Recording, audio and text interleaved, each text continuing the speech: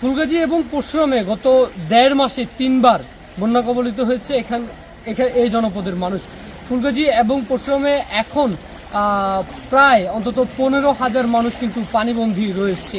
গত ১.৫ মাসে এখানকার মানুষ ৩বার ভারতীয় উজানের পানি এবং মুহুরী কহুয়া নদীর যে বাঁধ সেটি ভেঙে লোকালয়ে পানি প্রবেশ করেছে। এছাড়াও রেকর্ড পরিমাণে কিন্তু পানি বাড়ছে। আমরা পানি উন্নয়ন বোর্ড থেকে আমাদেরকে যেটি জানানো হয়েছে যে বিপদসীমার প্রায় ৫৬ মিটার উপর দিয়ে কিন্তু পানি প্রবাহিত হচ্ছে। এছাড়াও ফুলগাজী উপজেলার আমজাদহাট ইউনিয়ন এবং মুন্সিরহাট ইউনিয়ন সহ অন্তত ২ ইউনিয়নেই প্রায় ৩০টি গ্রাম প্লাবিত রয়েছে এই ২ অঞ্চলে। এবং পরশুরাম উপজেলার সহ বিভিন্ন পরশুরামের এখন যে ফেনী পরশুরামের যে আঞ্চলিক সড়ক, এই আঞ্চলিক সড়ক কিন্তু একেবারে পুরোপুরি বন্ধ রয়েছে। বছরের পর বছর, যুগের পর যুগ এখানকার মানুষের এই ভোগান্তির কোনোভাবেই আসলে বন্ধ করা যায়নি।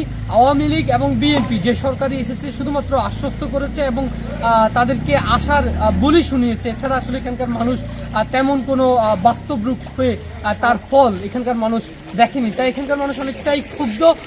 তারা চায় যেই আসুক এবার যেন এটির স্থায়ী সমাধান করে তারপর যেন এখানকার মানুষের কাছে আসা হয়। আর এখানকার মানুষ আসলে কোনো শুকনো খাবার অথবা চিড়ামুড়ি অনুদান অথবা তারা কোনো অনুপ্রেরণা চায় না, তারা এটির সমাধান চায়।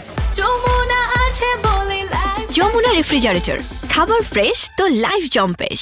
কারণ এখানকার যে কৃষি খাত রয়েছে ব্যাপকভাবে কিন্তু কৃষি ক্ষতিগ্রস্ত রয়েছে। এর পাশাপাশি মৎস্য চাষি রয়েছে ফুলগাজী এবং পরশুরাম উপজেলা, ২ উপজেলার মানুষই কিন্তু মৎস্য চাষিরা রয়েছে, আর তারাও কিন্তু ব্যাপকভাবে ক্ষয়ক্ষতির শিকার হয়েছে। অন্যদিকে গত ১.৫ মাসে প্রায় ৩বার এই অঞ্চলের মানুষ বন্যা কবলিত মানুষ বন্যা তারা আক্রান্ত হয়েছে।